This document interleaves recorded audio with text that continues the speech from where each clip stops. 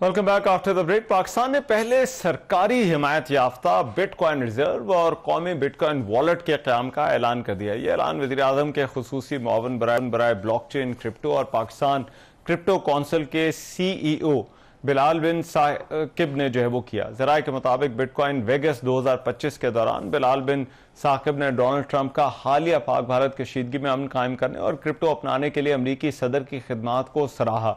उन्होंने अमरीका में पाकिस्तान की क्रिप्टो मार्केट में सरमायाकारी की अपील की और एक कौमी बिटकॉइन वॉलेट के क़याम का ऐलान भी किया। दूसरी जानिब सेक्रेटरी खजाना ने कहा है कि क्रिप्टो की अभी कोई कानूनी हैसियत नहीं। स्टेट बैंक और SECP की जानिब से इस पर पाबंदी बरकरार है। जब हुकूमत कोई फैसला करेगी तभी रेगुलेटरी फ्रेमवर्क बनेगा। कौमी असम्बली की कायमा कमेटी बराए खजाना के इजलास में अरकान कमेटी ने भी कई सवालात किए, जिस पर सेक्रेटरी खजाना ने कहा कि पाकिस्तान क्रिप्टो काउंसिल के अभी तक कवानीन नहीं बने। क्रिप्टो काउंसिल वजीर आजम के एग्जेक्टिव ऑर्डर पर कायम की गई है। काउंसिल सिर्फ रेगुलेटरी फ्रेमवर्क के तरीकाकार के तयन के लिए बनाई गई। क्रिप्टो के हवाले से कोई भी इदारा पार्लियामेंट की मंजूरी से कायम होगा। अब ये जो मामला है क्रिप्टो वाला, और आज जो ऐलानात हुए हैं और स्ट्रेटेजिक रिजर्व्स बनाने का पाकिस्तान ने ऐलान किया है, इस पर बात करने के लिए हारून शरीफ साहब इस वक्त मेरे साथ मौजूद हैं। बोर्ड ऑफ इन्वेस्टमेंट के चेयरमैन रह चुके हैं और माहिर मेशत है, उनसे इस हवाले से बात करते हैं। हारून शरीफ साहब, बहुत शुक्रिया आपके वक्त। हारून शरीफ साहब, सबसे पहले तो मैं आपसे समझना चाहता हूँ ये जो क्रिप्टो स्ट्रेटेजिक रिजर्व है ये क्या है और इससे हमारी जो मैशत है उस पर क्या फर्क पड़ेगा, कितना ये सिग्निफिकेंट हो सकता है? इसको समझने की तरह देखिए, ये पहली बात तो ये है कि ये एक एम्बिशियस प्रोग्राम, ये एक रिस्की प्रोपोजिशन है। ये कोशिश ये की जा रही है कि पाकिस्तान की जो सरप्लस बिजली है एक माइनिंग की, एक स्टोरेज की स्पेस के लिए उसको इस्तेमाल किया जाए और जो पाकिस्तान के IT के प्रोफेशनल्स हैं उनका जो प्रोड्यूस है उसकी एक इंटेलेक्चुअल वैल्यू लगा के वहां पर स्टोर की जाए। ये कॉन्सेप्ट होता है माइनिंग का। तो उस माइनिंग के अगर आप बना लेते हैं जो बहुत ज्यादा एनर्जी की उसकी रिक्वायरमेंट होती है, तो दुनिया के और ममालिक भी वहां पर अपने एसेट्स को स्टोर करने का सोच सकते हैं। ये है कॉन्सेप्ट।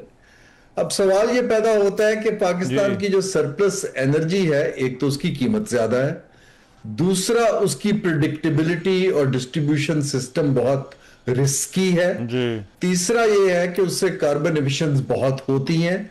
तो दुनिया के अंदर इसके बड़े मिक्स्ड रिजल्ट्स हैं। पाकिस्तान ने जो रेगुलेटरी अथॉरिटी भी लॉन्च कर दी है। हमारा तजुर्बा बाकी रेगुलेटरी अथॉरिटीज का अच्छा नहीं है क्योंकि ब्यूरोक्रेट्स के अंदर ना तो समझ है और वो कैप्चर कर लेते हैं जॉब्स के लिए, तो इसको अच्छी तरह मैनेज करना मुश्किल हो सकता है। तो इन सम ये है कि पाकिस्तान एक रिस्की वेंचर की तरफ जा रहा है कि हम इसमें कुछ पैसे कमा लें, माइनिंग कर लें, बिजली की खपत कर लें। तो इसके ये प्रोज हैं। ये कोई ऐसी जॉब क्रिएशन की चीज नहीं है। इसमें फॉरेन डायरेक्ट इन्वेस्टमेंट आने के चांसेस अभी पाकिस्तान पे कम है क्योंकि रिस्क ज्यादा है। लेकिन ये है कि ये बेसिकली आपकी सरप्लस एनर्जी, इसका ऑल्टरनेट ये है कि उस एनर्जी, अगर इकोनॉमी चलती है, ग्रोथ होती है, तो फिर आप उसके लिए बिजली कहां से लाएंगे? तो ये इसका पस मंजर है। राइट। और इसमें हारून शरीफ साहब, जो अमेरिका का रुझान, वहां पर जो ट्रेंड्स हैं और सपोर्ट और पार्टनरशिप, वो आप इसमें उसकी अहमियत को किस तरह से देखते हैं? क्या वो इस वक्त पाकिस्तान में इस को सपोर्ट करने में जो है वो मददगार साबित हो सकती है? अमेरिका के अंदर इस वक्त बहुत से यंग और नए एंटरप्रेन्योर्स जो हैं वो डिजिटलाइजेशन और क्रिप्टो करेंसी और नई नई चीजों पे तजर्बे कर रहे हैं जी। लेकिन अमेरिका की इकोनॉमी को हमारे से मिलाना आई डोंट थिंक मौजू है। हमें तो इस वक्त ये देखना ये है, देखें हमारी फॉल्ट लाइंस क्या है। हमारी इकोनॉमिक फॉल्ट लाइंस हैं कि बच्चों को नौकरियां चाहिए। तो ये जो क्रिप्टो का वेंचर है ये यूथ के बहुत, अगर देता भी है तो बहुत सिलेक्टिव लोगों को देगा। हमें एक्सपोर्ट्स चाहिए, ये एक्सपोर्ट भी नहीं करेगा। और अगर हमने एक्सपोर्ट करके इंडस्ट्री को एक्सपैंड करना है तो हमें अच्छी कीमत के ऊपर एनर्जी चाहिए, वो भी नहीं ये दे पाएगा। हाँ, हमें वो ये दे सकता है, जो मैं दोबारा अर्ज कर रहा हूं कि अगर हमारा जो एक माइनिंग का सिस्टम बन जाता है और दुनिया उस पर एतबार करती है, तो उसकी जो हमें रेंटल मिलेगा, चीजों को स्टोर करने का पैसा मिलेगा, कुछ अच्छा। डॉलर्स आ सकते हैं, but it's a very risky way of अच्छा। Getting foreign currency. ठीक है, और आपसे पहले भी क्योंकि इस पर बात होती रही है, हमेशा जो है वो चेक्स एंड बैलेंसेस का जिक्र होता है, और खासतौर पे पाकिस्तान जैसी इकोनॉमी के अंदर अब ये माइनिंग तो है, लेकिन जो एक इकोसिस्टम इस करेंसी के लिए जो है वो चाहिए होता है इसका के लिए, तो अब स्टेट इसको बैक कर रही है, इसको फॉर्मलाइज कर रही है।